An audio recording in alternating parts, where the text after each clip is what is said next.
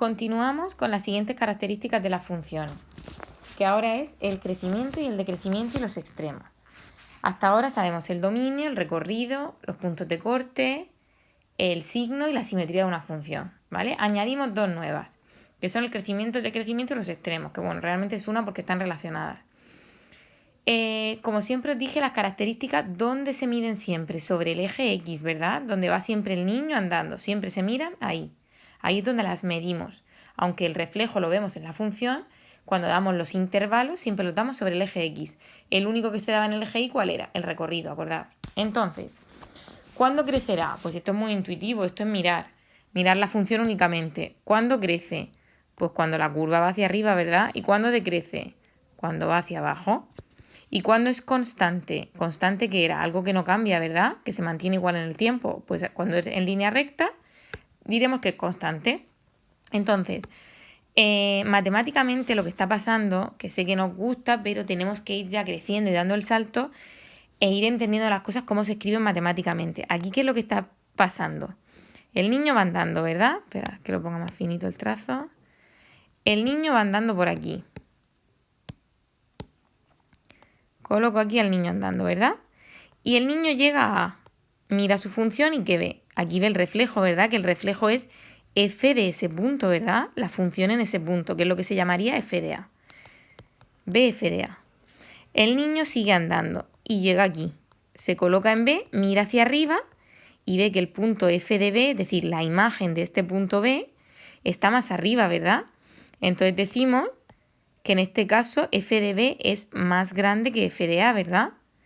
Entonces, ¿qué es lo que ha pasado matemáticamente? Que hemos pasado de A a B, es decir, ha crecido, ¿verdad? B es más grande que A. ¿Y qué ha pasado también a la vez? Que las imágenes, los reflejos de esas cosas también han crecido de igual manera, ¿lo veis? Sin embargo, cuando es decreciente, ¿qué ocurre? Pues que el niño está en A, ¿vale? Avanza por aquí, con lo cual crece, ¿verdad? B es más grande que A, ¿verdad? Pero ¿qué pasa? Que aquí tenía que mirar súper arriba y ahora tiene que mirar menos. Es decir, los reflejos de estos puntos, el f de A y el f de B, que son estos dos puntitos de aquí, ahora no crecen. Ahora lo que pasa es que se hace más pequeñito. Aquí era más grande, tenía que mirar más arriba y ahora tiene que mirar menos. Entonces diremos que f de A es más grande que f de B. ¿Veis la diferencia entre esto y esto?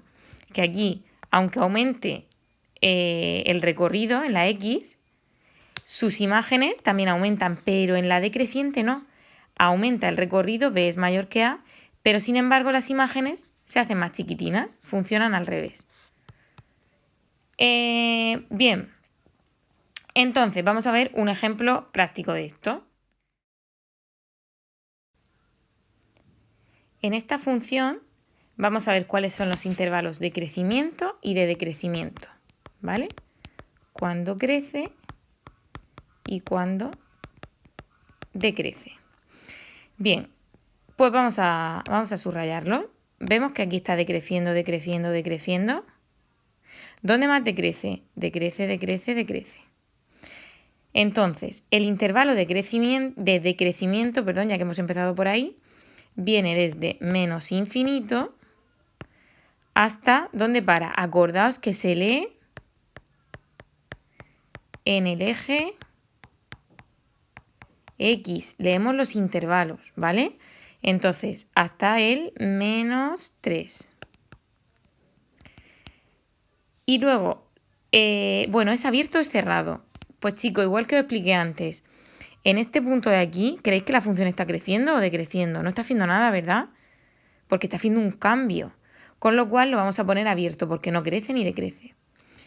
Unión, ¿dónde continúa decreciendo? Pues aquí, ¿verdad? En el 2, que volvemos a decir que es abierto, hasta el 4, abierto. ¿Dónde crece la función? Vamos a ponerlo en otro color. ¿Dónde crece?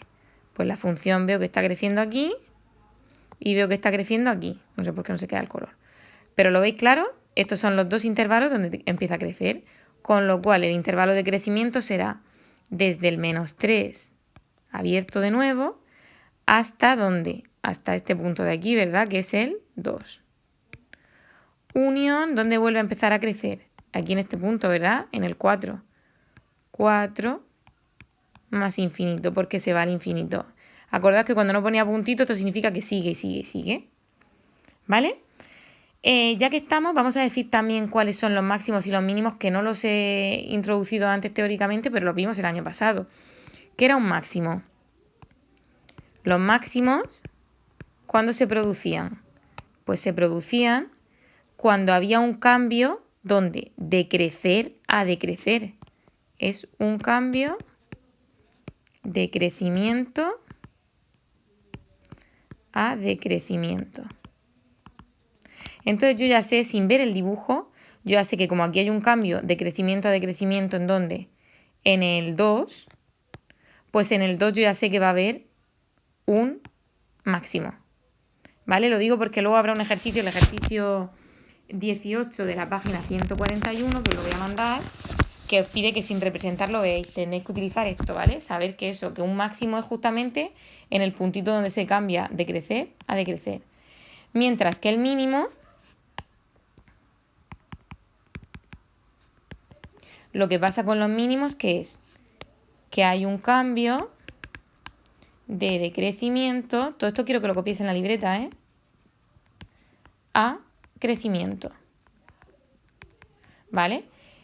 ¿Cuáles van a ser? Pues en este caso hay dos, este de aquí y este de aquí, ¿vale? Por eso estos se llaman mínimos relativos. ¿Os acordáis que os decía yo? Relativo, ¿cuándo es algo relativo? Cuando tengo que compararlo. Han aprobado 5 personas, ¿pero de cuántas? No es lo mismo de 10 que de 200 personas, ¿verdad? Todo es relativo. Pues relativo es cuando depende, cuando hay varios. Entonces, mínimos relativos hay dos en este caso. Por tanto, máximos relativos que se alcancen únicamente tenemos el en x igual a 2. Y mínimos relativos en x igual a menos 3 y en x igual a 4. Lo veis aquí, ¿no? Hay dos en este caso. Y nos quedaría el último detalle por ver, que es cuando hay mínimo y máximo absoluto. Mirad, el mínimo y el máximo absoluto es el valor más grande donde se alcanza la función y el valor más pequeño donde se alcanza la función. Yo no sé si veis, si seguís la ruta que sigue esta función, baja, baja, baja, sube, baja, y yo ya sé que esta función no va a volver a bajar. Con lo cual puedo asegurar que el mínimo absoluto donde se va a alcanzar en ese punto, ¿verdad? Porque la función no va a volver a bajar. Con lo cual ese va a ser mi mínimo absoluto. Mi mínimo absoluto se alcanza en x igual a, acordaos que se lee en la x, en x igual a menos 3. Otra cosa es que diga, ¿cuánto vale ese mínimo? Pues ese mínimo vale exactamente menos 5, ¿vale? Entonces el mínimo absoluto es el punto menos 3, menos 5, ¿vale? Pero se alcanza en x igual a menos 3. Y os digo, ¿y máximo absoluto? No me podéis decir que el máximo absoluto es aquí. ¿Sabéis por qué? Porque yo por aquí estoy viendo valores más grandes. Entonces no sabemos cuál va a ser el valor más grande de esta función, ¿vale? No se alcanza ahí en ese máximo relativo. Con lo cual esta función no tiene máximo absoluto.